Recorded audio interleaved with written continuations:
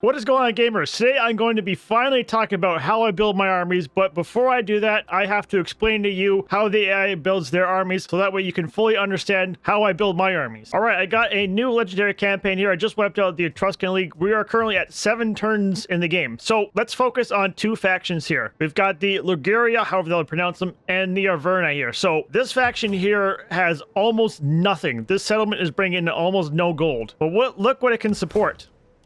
It can support all this, almost a full stack, and by the time this building is finished in here, they can support a full 20 stack. And if we go over to the Arverni, and I like using the Arverni as an example for a lot of things because they start off with really good units and they start out with a lot of gold. So they currently have 3 buildings, which is supposed to bring in 857, but with the legendary bonus, it's 1420. And they've got 2 full stacks. So that's how legendary affects their income. It's like 50% or 60%, something around those lines. When the AI is about to declare war on someone, or they're already at war with someone like the Arverni, they're at war with these guys here, they will instantly spend as much gold as they can to build up their armies. So they've got 2 armies here, as you saw. Look at the difference between the 2. So this one has 2 mercenary light horses. This one has 1, but it has a Gallic warrior. They currently did not have enough gold to support another light horse. If you're wondering how you actually get around this, you either have to have one army that's more powerful than what they have, or what you could do is you can use your champion to blow up their food building and then have your spy steal food at the same time. So what eventually will happen is the AI will run out of gold because they're not smart enough to disband an army to make up for their loss. So eventually they will starve out until they get wiped out. Realistically, you could match an army with what they have here, but the problem with that is if you beat this army with something similar to it, you still have another army to contend with. So the AI will always have that 2-to-1 advantage in armies over you. Having a stronger army makes this a lot easier to deal with. If you try to replicate what the AI had, you would be nowhere close. So as you can see, we got the 3 same buildings. We've got 955 income. We do have 1 full stack. This is exact copy paste of one they had. But here's the second army.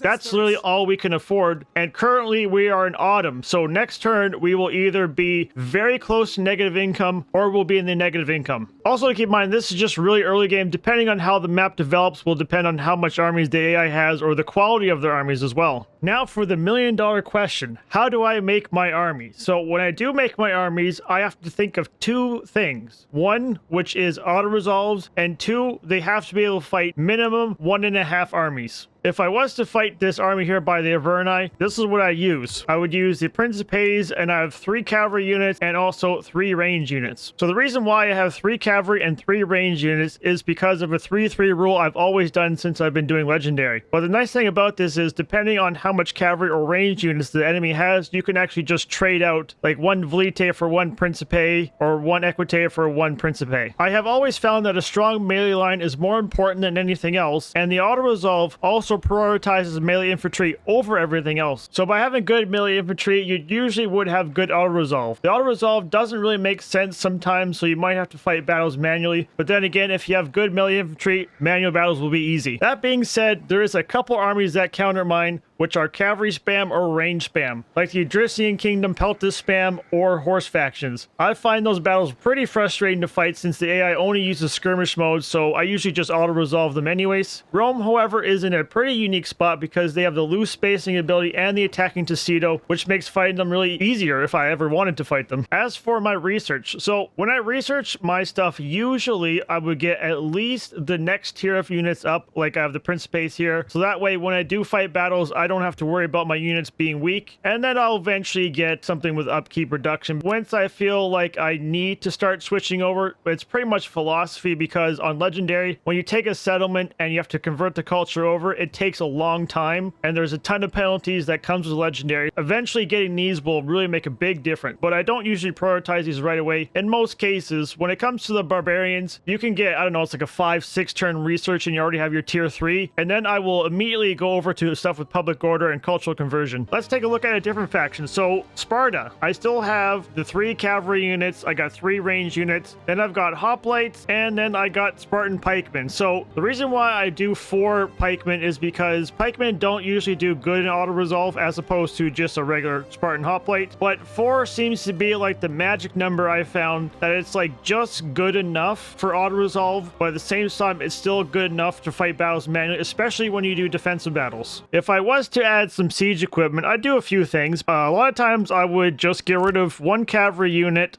and 1 Spartan hoplite, and then I would add some ballistas in there, or maybe sometimes I would get rid of 1 archer. It just kind of really depends on the type of armies I'm fighting. Also, for whatever reason, Spartan units are completely busted in auto-resolve. I don't know how many times I had armies that were really 3 times better, and the auto-resolves were giving me like a 50%, a 40%. I don't even know. They're just completely busted, dude. Finally, let's look at one more army type. So this is the Kush faction that I'm doing recently. One of my armies is literally like this.